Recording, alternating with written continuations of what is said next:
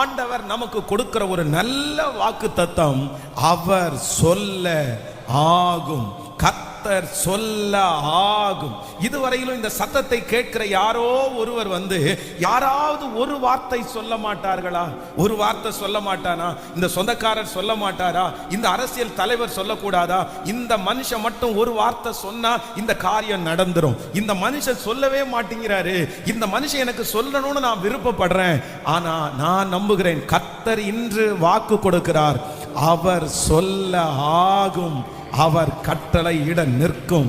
இன்றைக்கு கர்த்தர் அந்த பிரச்சனையை பார்த்து கர்த்தர் சொல்லுகிறார், அந்த அற்புதம் நடப்பதாக என்று சொல்லுகிறார், அந்த காரியம் கைகூடி வருவதாக என்று கர்த்தர் சொல்லுகிறார். ஹல்லேலூயா. மனிதர்கள் சொன்னால் ஆகாததா இருக்கலாம், ஆனால் கர்த்தர் சொல்ல ஆகும். ஆமென்.